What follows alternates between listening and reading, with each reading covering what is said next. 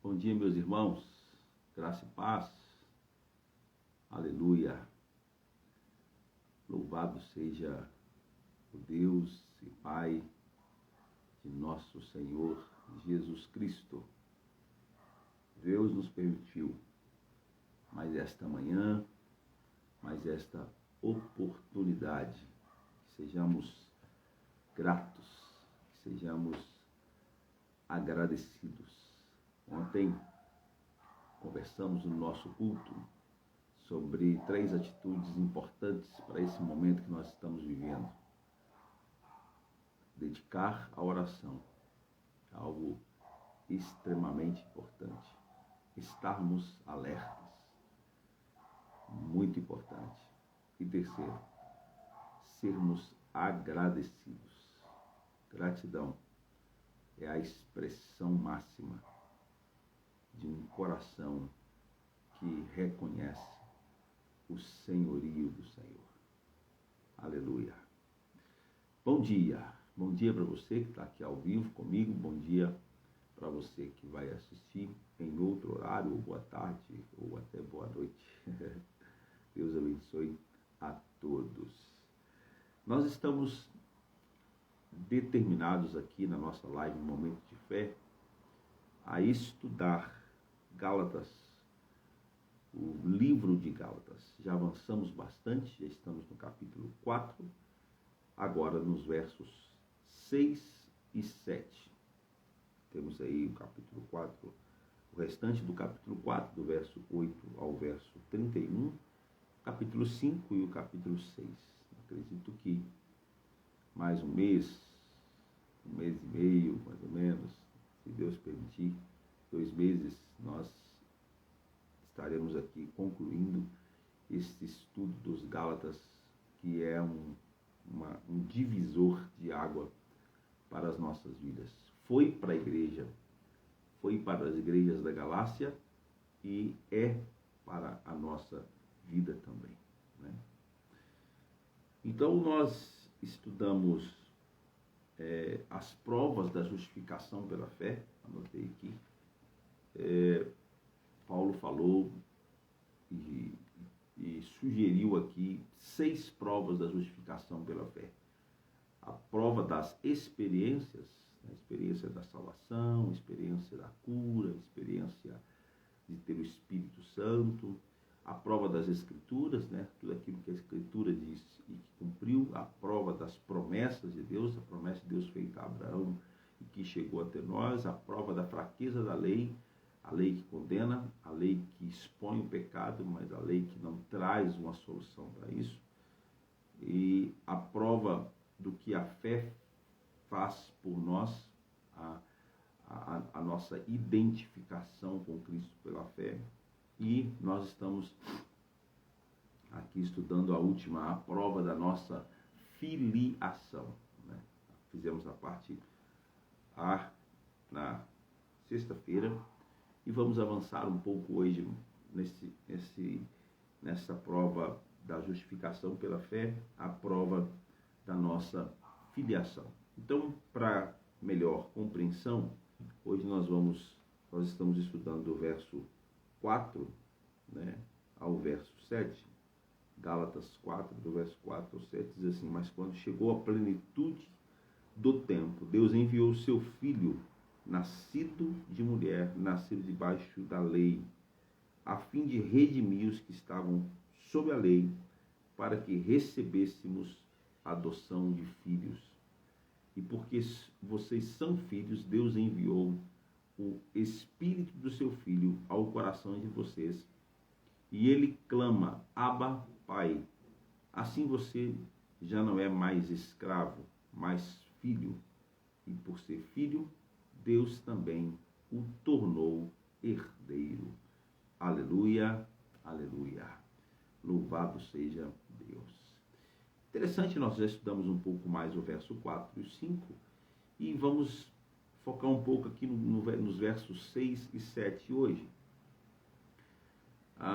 E aí, o tema da nossa reflexão hoje é nossa libertação e filiação em Cristo. Então, no verso 6, Paulo declara que porque somos filhos, Deus enviou o Espírito de seu Filho ao coração de vocês que clama Abba, Pai.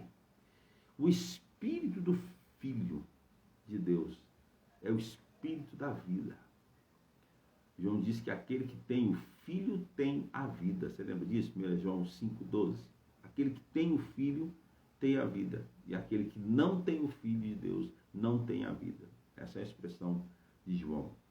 Esse Espírito do Filho é também a lei do Espírito. É interessante a gente entender que, ao mesmo tempo que nos livramos da lei que amaldiçoa, na graça existe algo que é conhecido como a lei do Espírito. E qual que seria a lei do Espírito? Não seria necessariamente um conjunto de regras, mas seria um poder que nos livra da escravidão do pecado. Quem está na graça vai desfrutar de Romanos 8,2, que diz: porque a lei do Espírito da vida em Cristo Jesus te livrou da lei do pecado e da morte. Diga aleluia. Amém? Então, ter o Espírito, o que Paulo está falando, porque vocês são filhos de Deus, vocês receberam o Espírito, então ter o Espírito de Deus em nós temos também um poder que opera em nós, uma lei que opera em nós de forma a nos libertar da lei do pecado e da morte. Não libertar necessariamente no sentido de não pecarmos mais, de não falharmos mais, mas não estarmos debaixo da mesma condenação. Aleluia. Então, aqui o texto diz que quando nós recebemos esse Espírito, né, o Espírito do Filho no nosso coração, esse Espírito começa a clamar: Abba, Pai. Né? Então, gente, a filiação, ela é basicamente uma questão de vida, enquanto a adoção aponta para direitos legais. Então, eu recebo vida e, adotado, recebo os direitos legais, recebo a herança. Paulo vai dizer no verso 7, assim você já não é mais escravo, mas filho. E por ser filho, Deus também o tornou herdeiro. A vontade de Deus não é apenas nos fazer herdeiros ou nos livrar do inferno, e sim nos fazer participantes da natureza divina, isto é, nos fazer filhos. Ele nos livra da escravidão, ele nos livra da condição de escravos e nos faz filhos. Filhos. E o filho, ele é herdeiro. Então, Paulo, ele deixa isso aqui muito claro, né? Eu acho isso aqui muito especial. Assim vocês já não são mais escravos, mais filhos. Ele está dizendo, vocês foram feitos herdeiros. Deus quer que você desfrute disso. Uma vez que nascemos do Espírito, nós precisamos dele para crescer no Senhor e na sua vida. Se fôssemos apenas adotados, e é interessante falar isso, teríamos os direitos e privilégios de filhos, mas não teríamos a natureza do Pai em nós. Então nós não fomos só adotados, nós somos muito mais do que adotados, nós fomos feitos filhos. João 1,12, a todos quanto receberam, deu-lhes o direito, se tivesse escrito assim, deu-lhes o direito de serem adotados como filhos, aí nós teríamos, né, alguns privilégios de filhos, mas não teríamos a natureza do Pai. Então nós teríamos os direitos de filhos, nós teríamos o privilégio de filho, mas não teríamos a natureza do Pai. Mas Deus fez muito mais, gente, glória a Deus. Deus fez muito mais do que isso em nós. Ele nos adota como filhos, mas ele põe o Espírito dele em nós. Isto é, ele nos faz filhos, não só adotados, mas filhos no que se refere à natureza. Isto é, nós recebemos do mesmo Espírito, o mesmo Espírito de Cristo, ele hoje habita em nós.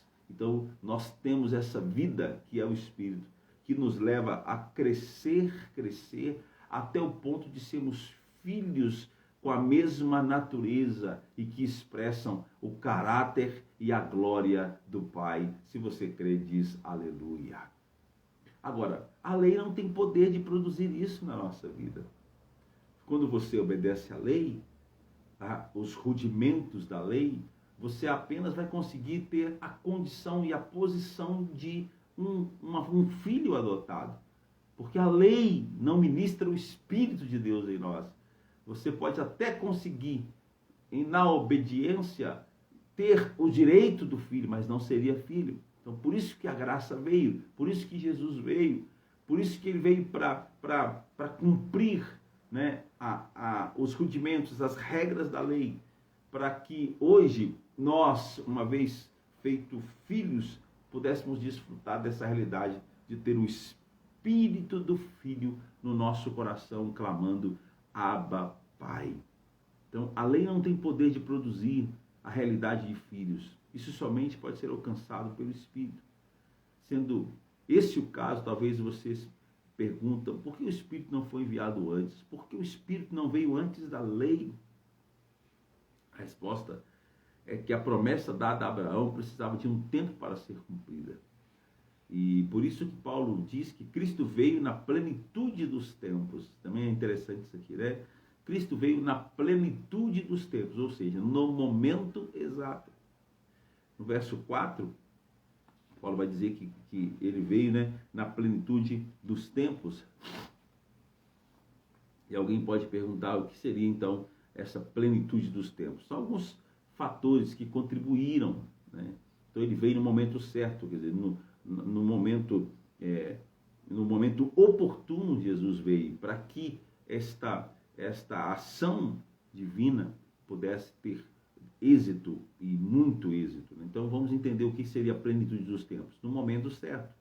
Foi um período em que todo mundo civilizado estava debaixo do governo de Roma. Olha que momento interessante. Isso facilitava muito que um cidadão pudesse viajar e até mudar-se para outras nações.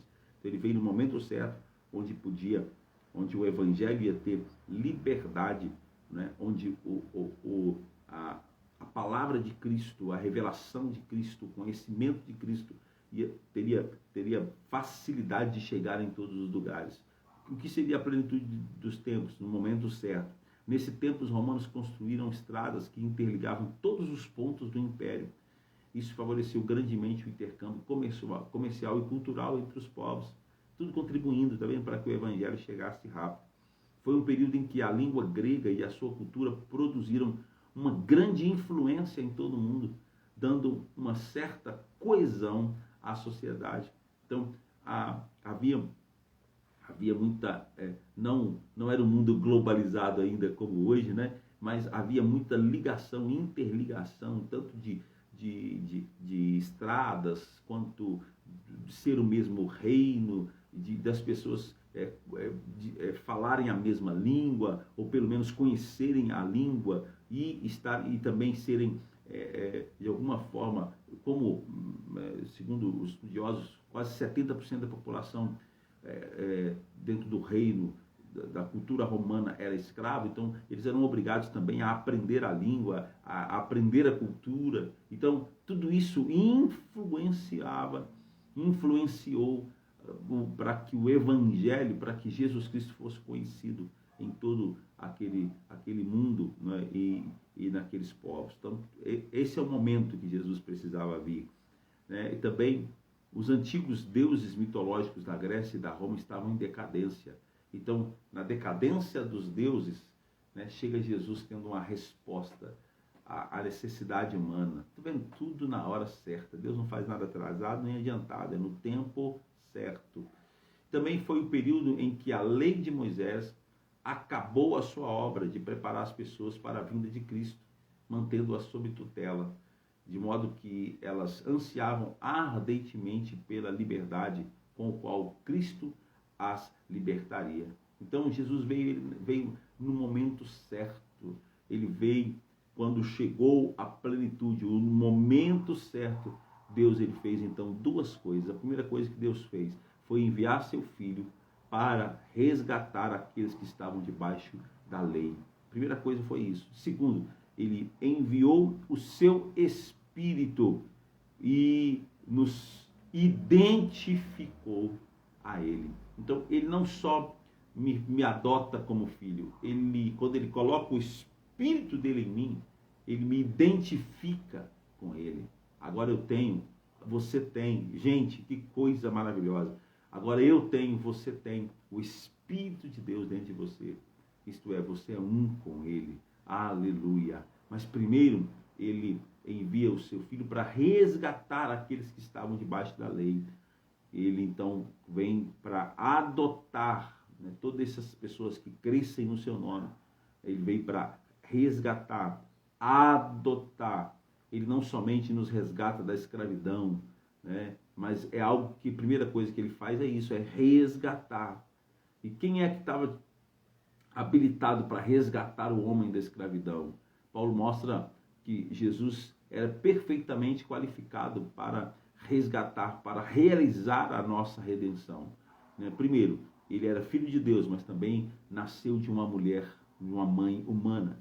Ele era perfeitamente humano e plenamente divino. Só existiu um homem-Deus, e esse homem-Deus se chama Jesus Cristo. Além disso, ele nasceu debaixo da lei, isto é, de uma mãe judia, na nação judaica, sujeito à lei judaica, e foi irrepreensível em todos os mandamentos da lei. Então, durante toda a sua vida, ele se submeteu a todas as exigências da lei. Ele cumpriu perfeitamente a justiça da lei. Portanto, a divindade e a humanidade e a justiça de Cristo qualificaram-no de maneira especial para ser o redentor do mundo. Se ele não fosse homem, não poderia ter redimido os homens. Se ele não fosse justo, não poderia ter redimido os injustos. Se não fosse filho de Deus, não poderia ter nos feito filho de Deus. Gosto de pensar aqui na expressão do pastor Aloísio, que como homem ele pegou a mão do homem, e como filho de Deus ele pegou a mão de Deus e nos reconciliou com o Pai. Somente um homem-Deus poderia ter feito isso. Então, nós fomos resgatados por alguém que estava habilitado a nos resgatar. Isso é algo interessante. Então, nesse resgate, tem uma tradução que vai chamar de adoção, nesse resgate, então, nós fomos adotados. Fomos retirados da condenação, da escravidão. Desculpa, gente, de novo. À medida que eu vou falando, a alergia vai piorando. Então, ele nos resgata da escravidão, do pecado, e agora ele nos faz filho, né? Nos faz filho. Mas não só isso, ele agora vai colocar o Espírito de Deus, o Espírito do Filho dentro de nós, isto é, ele vai nos identificar. Então, primeiro, ele nos resgata da escravidão. Segundo, ele nos identifica com seu Filho. Isso é lindo demais. A todos quanto o receberam, deu-lhes o poder de serem feitos. Como que ele nos identifica? Enviando o seu Espírito. Verso 6 diz, né? Que ele enviou, Deus enviou aos nossos corações o Espírito do seu Filho que clama Abba Pai. É maravilhoso ver como a Trindade está operando aqui. Primeiro Deus envia o seu Filho ao mundo, depois ele envia o seu Espírito aos nossos corações, e o Espírito imediatamente começa a clamar Abba Pai. Abba é um diminutivo aramaico de Pai. O próprio Jesus vai usar essa expressão na sua oração a Deus. O argumento final de Paulo contra a tentativa dos Gálatas de se justificarem pelas obras da lei é justamente o fato de sermos transformados em filhos. Se fomos transformados em filhos, acabou, não precisa mais de lei. Mas não apenas filhos distantes, mas filhos tão chegados que podemos chamar o pai de Abba, papaizinho em hebraico. A relação de filhos com um pai amoroso nunca pode ser baseada na lei.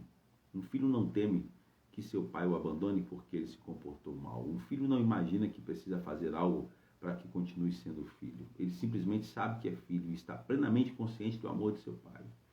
E porque ele sabe que é amado, não teme coisa alguma. Aleluia, aleluia. Então, nossa vida cristã simplesmente se tornará um fardo se não tivermos a revelação que somos amados. Por isso que eu estou insistindo em falar disso muitas vezes. Eu sou amado. Nós não temos que comprar o amor do Pai. Nós fomos feitos filhos, né? Eu acho interessante, deixa eu ver aqui que eu estou terminando, que talvez algumas pessoas ficam assim, questionando, né, por que eu não tenho que fazer nada? Não, você não tem que fazer nada para ser filho. Isso você não tem que fazer nada. É só crer, né? E crer não é fazer nada. Crer é aceitar o que Jesus fez por você. A gente costuma falar, né? Quem aceita Jesus aí? Na verdade, você precisa simplesmente isso. É crer que ele fez por você. Crer que ele pagou o preço na cruz por você. Pronto. Você creu, aceitou. Pronto, você tem. Você não tem que fazer nada. Você não tem que fazer nada para se tornar filho. Você é feito filho quando crê. Agora, uma vez filho, a Bíblia diz que aquele filho que é amado, ele vai procurar sempre agradar o Pai. Não para ser filho, mas porque é filho. Aleluia, amém? Uma pessoa que ama a Deus, ela não vai fazer nada para se sentir amada. Ela vai fazer porque ela é amada, ela se sente amada. Eu sou amada, eu vou agradar a Deus, né? Todo bom filho que se sente amado, ele vai agradar ao Pai, como nós também queremos agradar a Deus, não para sermos amados, mas porque procuramos agradá-lo, porque nos sentimos amados. Então, isso é muito importante. Agora, diz a Bíblia também, Paulo fala que de sorte que já não somos mais escravos, porém filhos, e sendo filhos também herdeiros por Deus, né? Então, nós experimentamos uma mudança de status, de escravos para filhos. Você crê? Diga aleluia, diga glória a Deus. Você e eu, nós experimentamos uma mudança de status, de escravo para filhos. Aleluia. E o que somos como filhos não é por nosso próprio mérito, nem através do nosso próprio esforço, mas pela graça de Deus. Então, somos filhos, fomos feitos filhos. A obra é completamente dele, né? Primeiro, ele nos envia o seu filho para morrer por nós. Depois, ele nos resgata da escravidão, nos enviando o seu Espírito para viver em nós. Nós não somos mais escravos, nós fomos feitos filhos de Deus. Se você crê, diga aleluia. Já não sou mais escravo do medo. Não sou mais escravo da lei. Não sou mais escravo debaixo de um tutor. Eu sou filho de Deus. Aleluia, aleluia. Que mensagem, gente. Que coisa gloriosa para a gente ouvir logo de manhã, segunda-feira. Nós não somos mais escravos do medo. Nós somos filhos de Deus.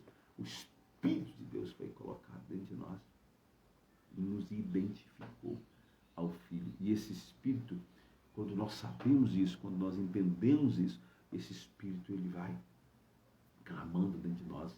Abba, Abba, Pai. Nós vamos desfrutando dessa realidade de sermos filhos amados. Agora, alguém vai dizer assim, e vai questionar, né, essa questão de adoção.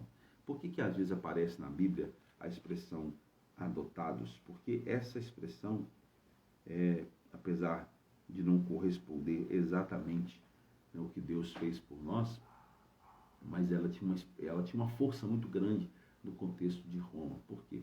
Porque no contexto de Roma, como funcionava a lei romana, né? E se entendermos isso, isso pode mudar a nossa mente.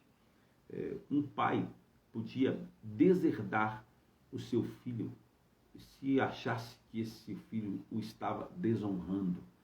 Na verdade, um exemplo, quando aquele filho pediu ao pai a sua herança antes do tempo, o filho pródigo, o pai podia deserdar aquele filho naquela hora ali, não dar nada para ele, e ele pronto, ser deserdado, não fazer mais parte daquela família, apesar de não deixar de ser filho, mas eu perdia todos os direitos. Né? Isso era a lei romana. Mas tem um detalhe na lei romana que me chama a atenção, que diz o seguinte, que o escravo adotado como filho, olha que coisa poderosa, o escravo adotado como filho, esse nunca mais perderia a posição de filho e nem a herança, nunca mais. Uma vez adotado como filho, ele teria aquela posição até a sua morte. E melhor do que isso, ainda, né, seus filhos e a sua geração herdaria essa condição do pai de filho. Isso, gente, é tão especial. Por quê? Porque nos remete à ideia de, uma vez feito filhos, jamais poderemos ser deserdados, jamais perderemos a herança. Né? Você foi adotado na casa de Deus e nunca mais poderá perder a sua herança. Você foi feito filho e nunca mais irá perder a sua posição. Se você querer, diga aleluia. Deus abençoe você. Nós terminamos então esse pequeno bloco de Gálatas, capítulo 4, do verso 4 ao 7. E agora nós vamos para o Gálatas, capítulo 4, do verso 8 ao verso 20. Enfim, vamos avançar bastante agora e, inclusive, vamos entrar um pouco, né, no capítulo 5. A grande verdade é, nós terminamos então agora as 6 provas da justificação pela fé. Se você não viu as lives anteriores, vai lá no YouTube, no meu YouTube, psi.natanael.rodrigues, vai lá e assista para que você tenha entendimento de toda a prova da justificação pela fé. Porque agora nós vamos avançar um pouco mais e Paulo vai fazer 5 apelos à justificação pela fé. Ele vai trazer aqui 5 sugestões para aqueles que foram justificados pela fé. Então Paulo vai dizer assim: viva dessa forma, você foi justificado pela fé. Viva da outra forma, você foi justificado pela fé. E vai ser um tempo muito especial que nós vamos ter aqui nas próximas lives. Que Deus em Cristo te abençoe sua casa, abençoe sua família. Seja um comigo. Se você não é inscrito no nosso canal no Instagram da igreja, você pode se inscrever e nos seguir aí. Se você não é inscrito no meu canal do YouTube, se inscreva, siga-nos. Toda segunda, quarta e sexta tem uma palavra de Deus para o seu coração. E se você também não segue o YouTube da igreja, vai lá, CBBTG, se inscreva, porque toda terça, agora na nossa live, na nossa célula online, quinta-feira faremos o culto online, lá do altar da igreja, possivelmente, mas você aí na sua casa, vai ser um tempo muito especial. E também, peraí, gente, e domingo também nós temos as transmissões e você pode ser grandemente abençoado. Então, no YouTube da igreja você tem vídeos novos, terça, quinta e domingo. E assim a gente vai sendo muito, muito abençoado. Deus abençoe seu dia. Até breve.